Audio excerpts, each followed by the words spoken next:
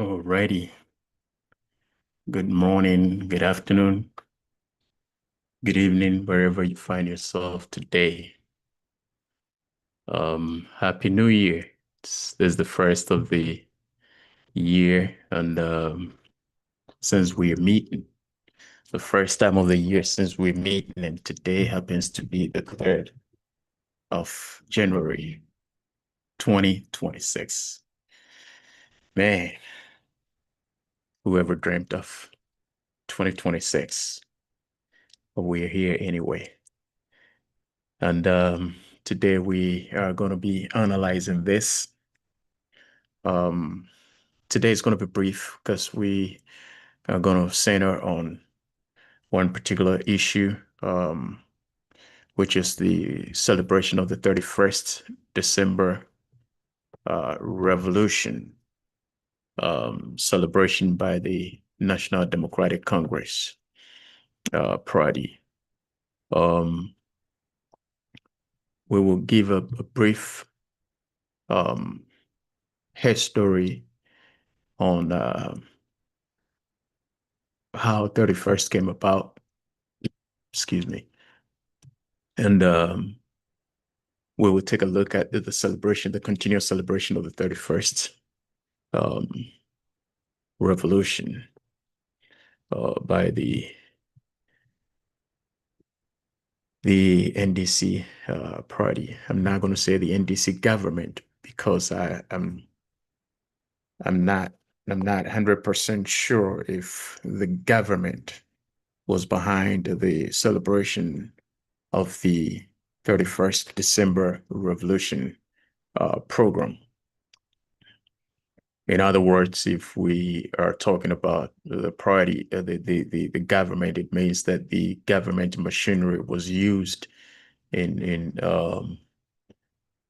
organizing the celebration, which again, I don't have that information. I'm not privy to that information, so I'm not going to sit here and speculate. So that is why I'm limiting it to the NDC party, because we saw the big weights of the NDC party at the celebration. We saw MPs, we saw General Secretary, we saw Asiedu Nketia, and all that. So um, that is why I'm limiting it to the NDC party. So just before we start, as usual, creativity and inventions are not by the color of one's skin, but by an educated mind. I repeat, creativity and inventions are not by the color of one's skin, but by an educated mind. So educate yourself, inform your mind, enlighten your mind, and you'll be amazed the potential that is deposited within your mind, the power that is deposited within your mind to create, irrespective of the color of your skin. With that being said, I want to state that on this platform, we don't entertain insults. However, we welcome dissenting opinions. So if you have any dissenting opinion, if you don't agree with what we're saying, you can table it and we'll respectfully discuss it because we learn from each other. We will learn from you. You also learn from us. All right. Um, Today is just, I believe it's just me because the coordination of communication for the week with my co-pilot was not um, done. So I'm pretty sure he he he has other programs to attend to or other things to attend to, which would not permit him to be here today. So if he joins, fine, but we will still move on. So it's just pretty going to be short. Like I said, we have only one item on the agenda today. So to start with, after Dr. Kwame Nkrumah was overthrown in 1966, um, The first, I will say the first republic, which was Dr. Kwame Nkrumah, um, which lasted for about 6 years, from 1960, when Ghana became a republic, to 1966, when um, the first president, Dr. Kwame Nkrumah, was overthrown. Then the military took over. Those ones I'm not going to spend time talking about it. So the military took over, and in 1969, the military decided to hand over power to a civilian government. So we had 69 till somewhere 72 when the military took over again from the Second Republic. So the Second Republic was 1969 to 1972. And so the military took over. So the Second Republic was headed by the Prime Minister was Dr. Um, Buzia. So when that was overthrown, the Second Republic was overthrown, the military had a field day. They were in power from that time, from 1972 to 1979. 1979, the country decided to organize elections and return the country back into um, a constitutionally democratic governance. So an election was conducted, and Dr. Hilary Mann and his PNC party won that particular election. It went on a second round. That is how come he was able to win. But nonetheless, he won that election. And so the Third Republic was established or came into being.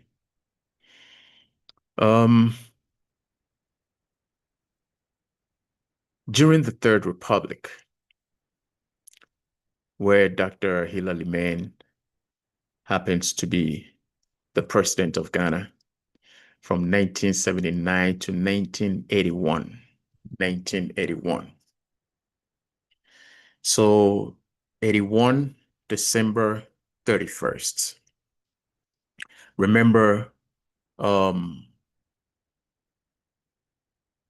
Rawlins did the first coup, which toppled the previous military government. Honestly speaking, the issue of coup against the military government is something that can be discussed later. But so the 79, that's the June 4th, Rawlins toppled the military government by Akufu, General Akufu. And then he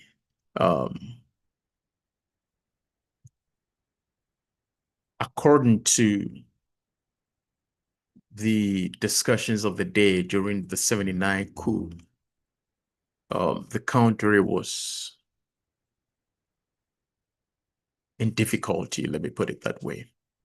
I'm being careful choosing my words correctly. The country was in difficulty. So corruption was rampant amongst government officials and public officials. But the country basically was going through some hard times. That was when the word kalabuli became popular. That was when hoarding became popular. So that was basically the order of the day. And remember, this country called Ghana had gone through series of coup d'etats. And finally, the country decided to go back to the Third Republic, a democratically elected governance. So an election was conducted and the Third Republic came into being. And that was when Dr. Hillary Mann became the president of Ghana. And he was the only president of the Third Republic. So it was Jerry Rawlings who handed over to Dr. Hillary Mann after Jerry Rawlings kicked out of the military in 1979 during the June 4th coup. And he handed over power to Dr. Hillary Mann. So Hillary Mann became president from 79 to 1981, 31st December, when Rawlings came back to overthrow a constitutionally elected government. Mind you, within the Constitution of Ghana, anybody who overthrows a constitutionally elected government has committed treason. And that person can be punished by dying. So, in the first place, the Constitution does not recognize coup d'etats. As a matter of fact, the Constitution gives us the power as individual citizens, agencies, whatever, to fight against an illegal government, that is coup plotters or whoever organizes a coup. The Constitution gives us the mandate to resist that particular government. But nonetheless, this was I would say, a brutal government by the Jerry Rawlings, led by Jerry Rawlings. So the country did not resist. So he took over power. He overthrew a constitutionally elected government. Remember, if the Constitution frowns on coup d'etat, meaning that act was illegal, it was an illegality committed by the then NDC government. So a constitution has been overthrown under the pretense that corruption and disorderliness is going on in the country. And remember, this was a government that took over power from decades of chaos in Ghana. And he's been in power from 1979 to 1981, when Jerry Rawlings and his group of coup plotters took over power. So I'm saying this, I'm just giving the background to the 31st December revolution, which to me, it wasn't a revolution in the first place. It was an illegality. What happened on 31st December was unconstitutional.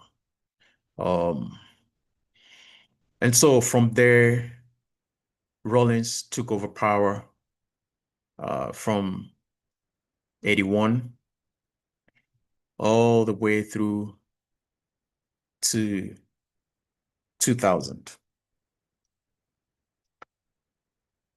He had power for 19 good years, 19 good years. And during that 19 good years, one would be expecting institutions to be established because he had uninterrupted power for 19 good years.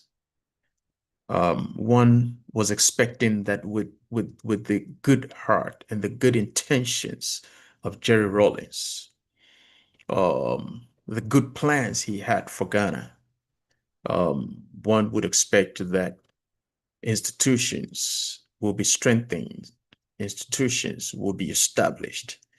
So our democracy will be grounded in law and order.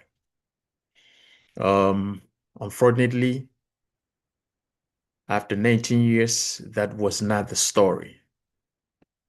So my question is, was he able to achieve to uproot corruption and disorderliness and lawlessness from our system, even though he was given that much of time? Was he able to accomplish that? For which he came to commit an illegality, for which he came uh, to commit a lawless act. And as we all know, the country is still struggling with corruption, with lawlessness, and in the highest order, where we can't even figure it out. Government after government, the people come and campaign on the back of anti-corruption, and when they come in, we don't see anything. All we see is the corruption still going on, accusations of corruption and all that. And for me, I just want us to put on our thinking caps for a country that has turned its back on coup d'etats and is moving towards democracy and still celebrating the so-called gains of an illegality, the so-called gains of lawlessness. Yes, the country was lawless during the so-called revolutionary time, because any military man can pick up arms and go out there and do something crazy and something stupid. Um, During that time, we lost 3 high court judges. So my question this morning, this afternoon, this evening is, what is the NDC government celebrating? Is the NDC government celebrating the illegalities, the lawlessness, even though now they claim to be a democratic party? So if they are a democratic party, where one would want to believe that they believe in the tenets of democracy and that they would kick against any um, form of a revolution, anybody picking up arms and trying to overthrow a government because of corruption or because of lawlessness within our society. Um, I just don't know what the NDC party is celebrating. Remember, within this um, regime of illegality, um, we lost Justice Fred Pokusakodie, Justice Cecilia Corentin Ado, and Justice Kojo Ejepon. These 3 High Court judges were lawlessly and insanely and inhumanely abducted from their homes and killed. These were the lawless. I'm not even going to talk about the private sector being hunted down and being run down by the Rollins-led administration, and all those lawlessness and illegalities that went on. And so years later down the line, if the NDC continues to celebrate 31st December 31st December revolution, and like I said, revolution in quotes, because this wasn't a revolution. This was chaos. This was craziness that happened to the people of Ghana. And I was so amazed. Now I'm coming to the particular speeches made. I was so amazed by Zanato's statement when it was her turn to give a speech and said, remember 31st December did not happen in a vacuum. Was she serious? Did she read her history? Which vacuum was she talking about? So whichever premise upon which 31st December revolution happened has been eradicated, has been dealt with. Is that what she's trying to tell us? And if it's not been dealt with, can somebody also pick up arms now and decide to do what they did in 31st December? Which the answer is no. And so the celebration, the whole celebration of 31st, be it by the party or by any individuals within the party, I see it as not in line with their claim of democracy. And then I jump over to Fifi Kwete's speech.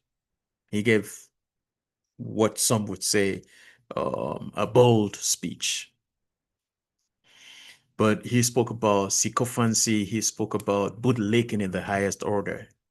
And for me, this is what I stated on Facebook, that the continuous celebration of the 31st revolution is the highest bootlicking of the Rawlinses. Because everything points to the praises of the Rawlins, or of Rawlins, let me put it that way, of Jerry Rawlins. Talking about his ideals, talking about his values, talking about his intentions and plans for the nation, which never materialized anyway. So if you're talking about bootlicking, Fifi Kwete, the continuous celebration of the 31st December by the NDC party, to me, is the bootlicking of the highest order. If you really meant those words, if you really meant the words you spoke on that day, claiming that people are elected into offices to serve the people, country first, Ghana first, they should think about the country and all that stuff, then I believe, and I want to plead with you, Fifi Kwete, direct that communication to the party to stop celebrating the 31st December revolution, because it wasn't a revolution in the first place, which is debatable. I understand, but that's my opinion. It was not a revolution in the first place. But the continuous celebration of 31st is an affront to democracy. And when he was talking, he made mention of the fact that the NDC party is a democratic party, and they have democratic values, and the claims by some of the NDC members calling for their term does not speak well of their democratic values, which we all understand, and we believe that. But think about it again. Your democratic values, talking about the people being the center of policies, the people being the center of plans and programs of the government. Remember, you are celebrating an illegality, which the people did not vote for, which was part of the democracy, which the people did not call for.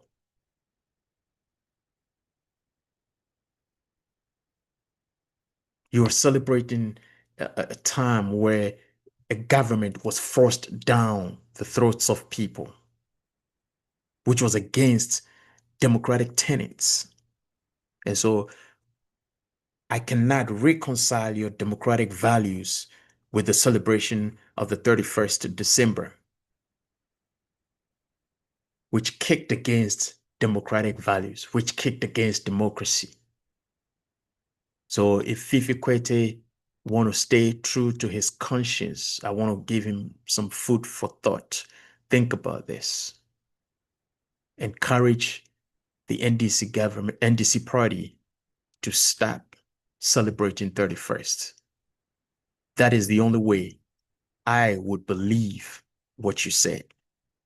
Other than that, I would see your speech as a showman, um, just a public show of your boldness. It was just a public show of you telling Ghanaians that I can rock the boat.